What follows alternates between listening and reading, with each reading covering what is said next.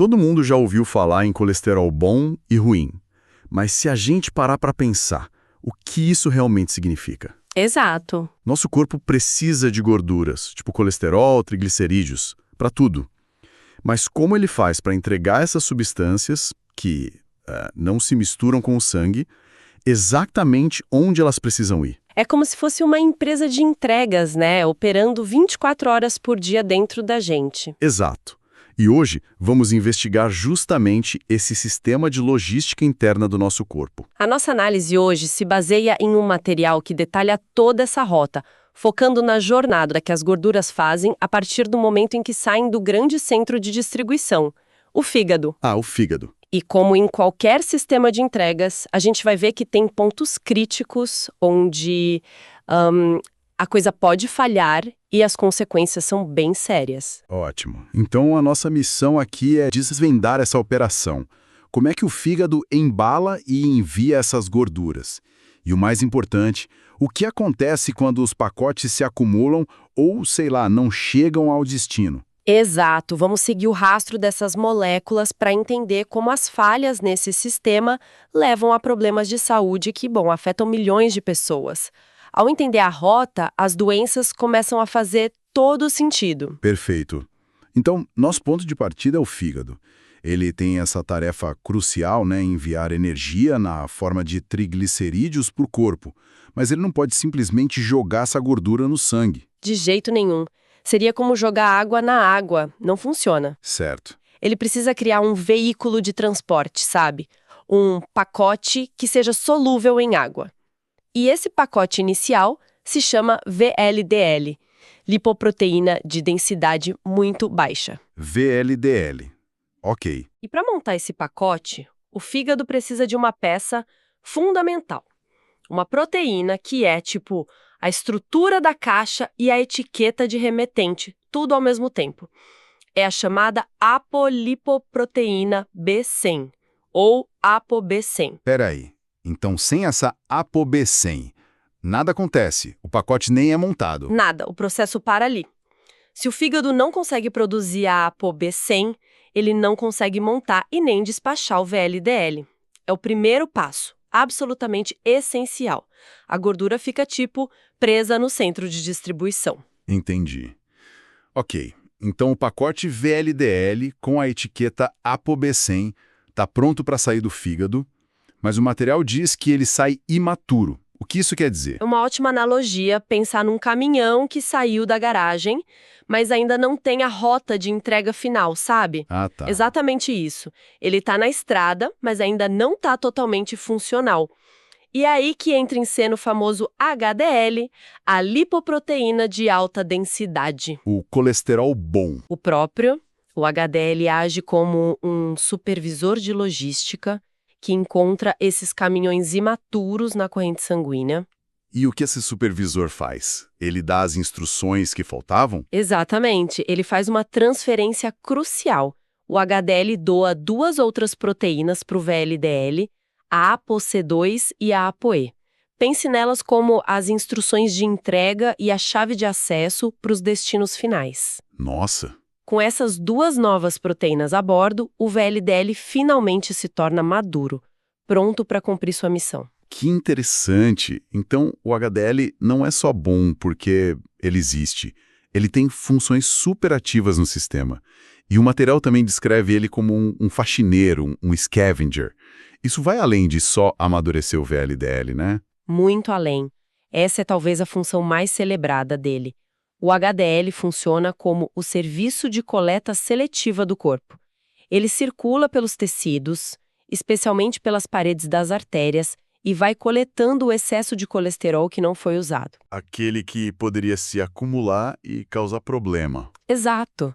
E depois de coletar essa carga, ele leva tudo de volta para o fígado. É um processo que a gente chama de transporte reverso de colesterol. Ah, então ele limpa a bagunça. Por isso que ter um nível baixo de HDL é tão preocupante. A equipe de limpeza está desfalcada. Perfeito. É exatamente isso. O material até menciona um número de referência importante, 50 miligramas por decilitro. Níveis de HDL abaixo disso já são um sinal de alerta. 50? E o que é fascinante é que, por décadas, o foco era só em aumentar o número. Mas a ciência mais recente mostra que a função do HDL pode ser mais importante que a quantidade. Como assim? Não adianta ter muitos caminhões de lixo na rua se os coletores não estiverem trabalhando direito, sabe? A qualidade do HDL, a eficiência dele em recolher o colesterol, é um campo de pesquisa super ativo hoje. Que insight importante. Ok, então o HDL preparou nosso pacote VLDL. Agora temos esse VLDL maduro carregado de triglicerídeos circulando. Mas aí surge um paradoxo. Sim. Tecidos como as glândulas adrenais ou as gônadas, eles precisam de colesterol para produzir hormônios, como cortisol, testosterona. Eles não querem os triglicerídeos. Como o sistema resolve isso? Essa é a parte mais engenhosa do processo. É uma metamorfose em trânsito.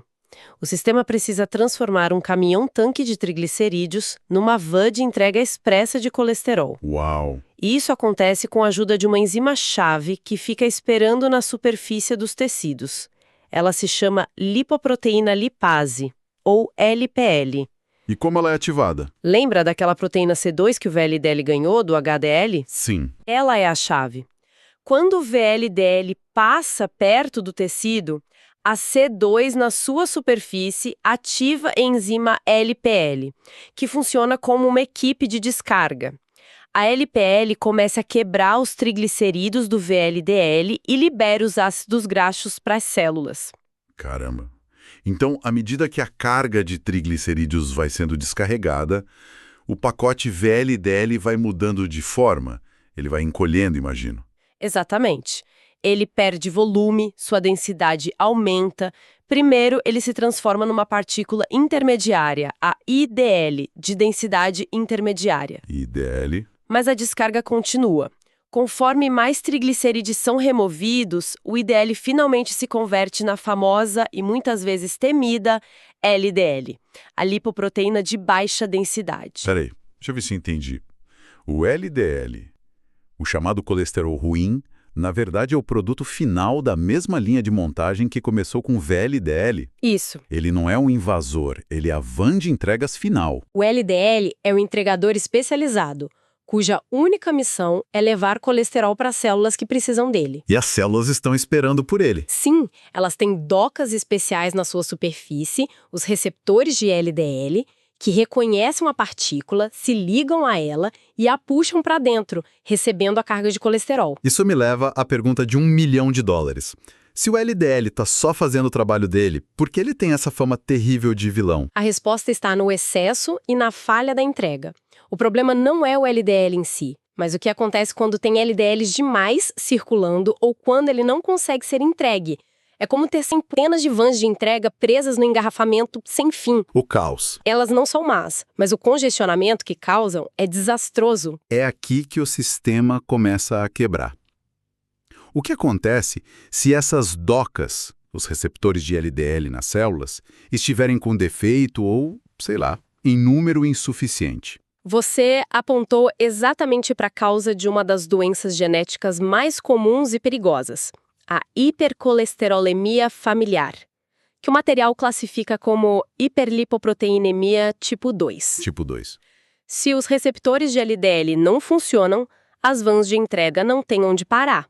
Elas não conseguem descarregar o colesterol nas células. E aí elas ficam presas no trânsito do sangue. Exatamente.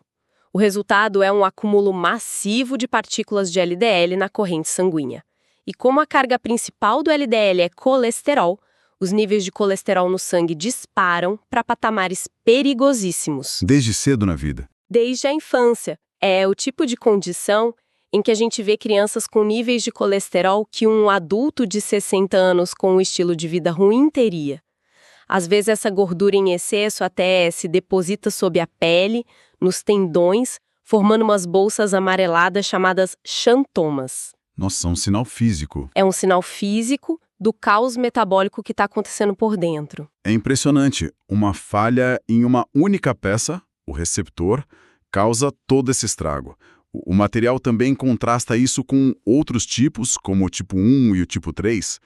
São problemas em outras partes da linha de montagem. Isso, é uma forma útil de pensar.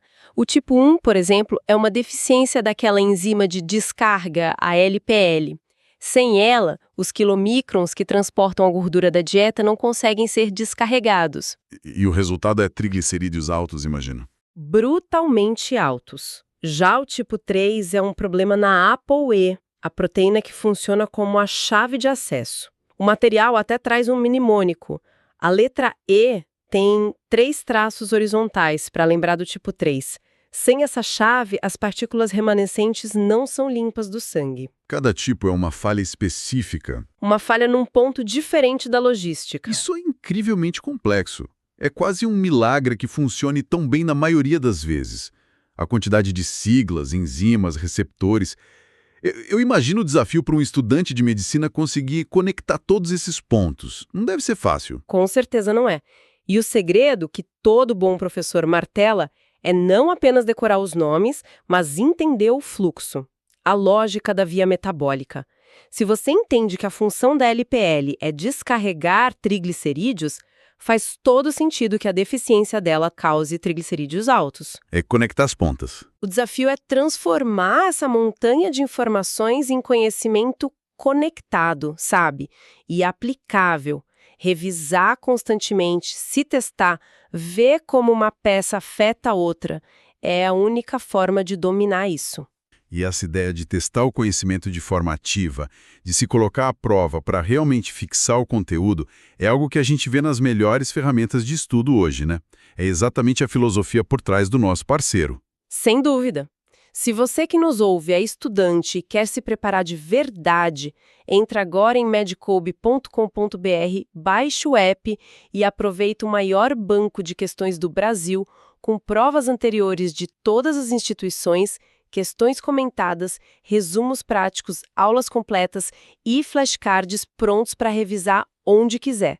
É transformar essa necessidade de revisão em uma plataforma. Sem dúvida, uma ferramenta poderosa para consolidar um conhecimento tão denso como este, com certeza. Agora vamos voltar para uma outra falha no sistema que o material destaca, bem diferente do problema do receptor, a hiperlipoproteinemia tipo 4.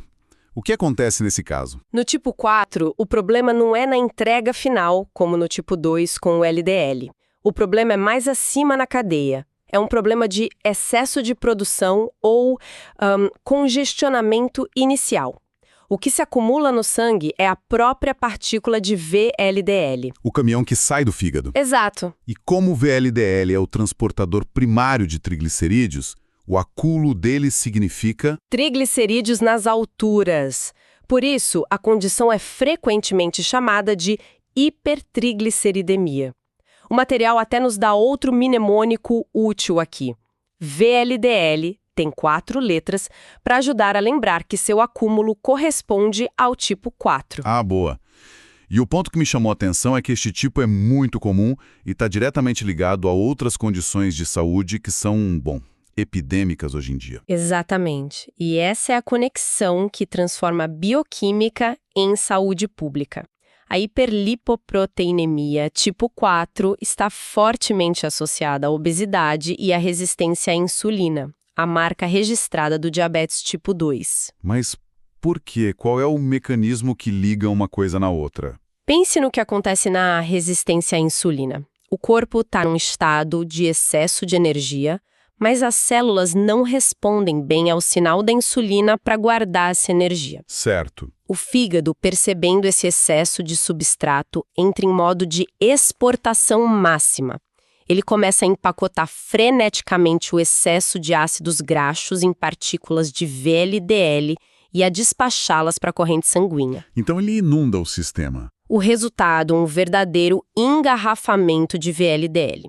A produção supera e muito a capacidade do sistema de processar e remover esses pacotes. Então, o que a gente está dizendo é que quando se fala dos riscos da obesidade ou do pré-diabetes, não é só uma questão de peso na balança. Nos bastidores, na corrente sanguínea, está acontecendo esse congestionamento de pacotes de gordura. Exatamente isso. É a manifestação bioquímica, no nível do transporte de lipídios, de um desequilíbrio metabólico muito mais amplo. e mostra como nosso estilo de vida e nossa dieta podem impactar diretamente essa complexa maquinaria de logística interna. Uau! Então, para a gente amarrar tudo, vamos recapitular essa jornada. Começa no fígado, que envia energia em pacotes VLDL. Isso. Na circulação, esses pacotes são supervisionados pelo HDL e processados pela enzima LPL, se transformando em vãs de entrega de colesterol, os LDLs. Perfeito.